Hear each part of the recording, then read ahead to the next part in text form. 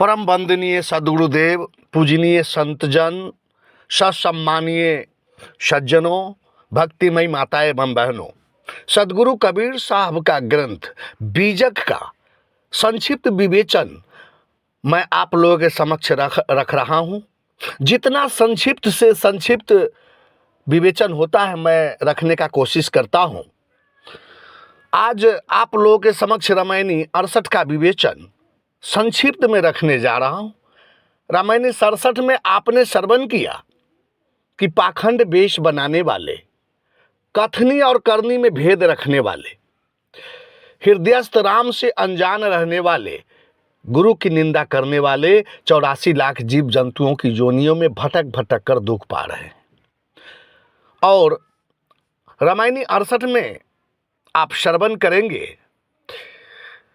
कि हृदयस्थ राम के ज्ञान से वियुक्त होकर जीव कैसे अनाथ हो गया है। तो आइए श्रवण करते हैं रामायणी 68।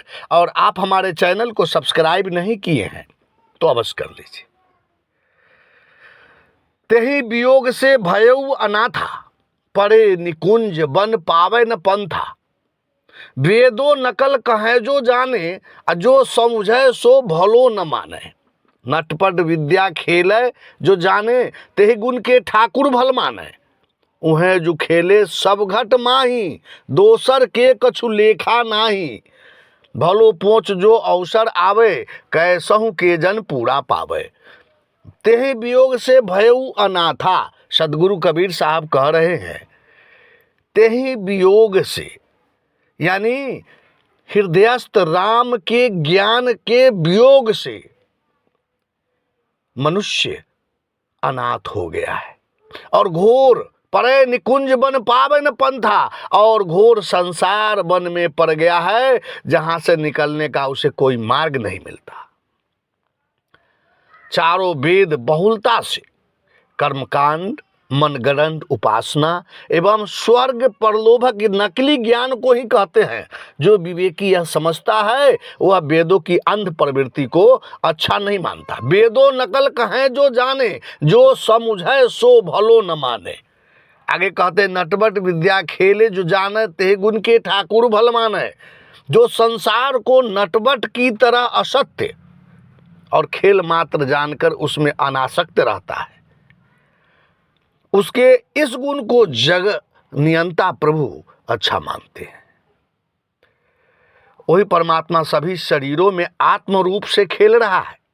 उस सत्य आत्मा के अतिरिक्त अन्य कुछ भी सत्य में गिनती नहीं है।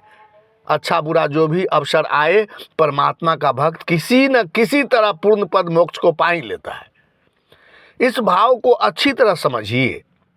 नटवट विद्या खेल जो जाने, जैसे नट के खेल में नट सत्य और खेल असत्य माया मात्र होता है।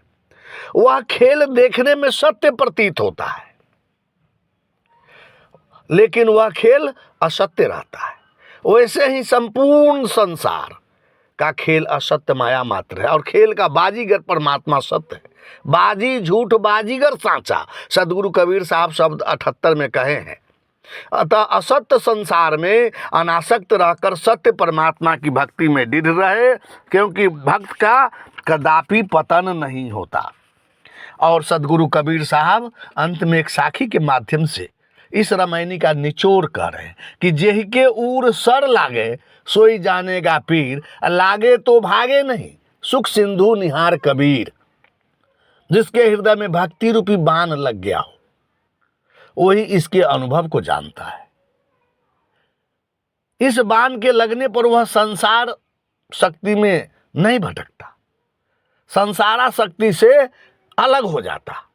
सदगुरु कबीर साहब कहते हैं भक्त सुख सिंधु परम तत्व का साक्षात्कार करता रहता है, लागे तो भागे नहीं सुख सिंधु निहार कबीर। इस साखी का भाव यही के उर सर लागे सोई जानेगा पीर का अन्य अर्थ ये भी हो सकता है कि जिसका मस्तिष्क भक्ति भाव के द्वारा हृदय से लग गया हो, यानी निरहंकारी होकर नतमस्तक हो गया हो, या जिसका सिर विवेक हृदय प्रेम से संयुक्त हो गया हो, वह संसारासक्ति में नहीं भटकता और सुख सिंधु परमात्मा का साक्षात्कार कर लेता है। शाह बंदी।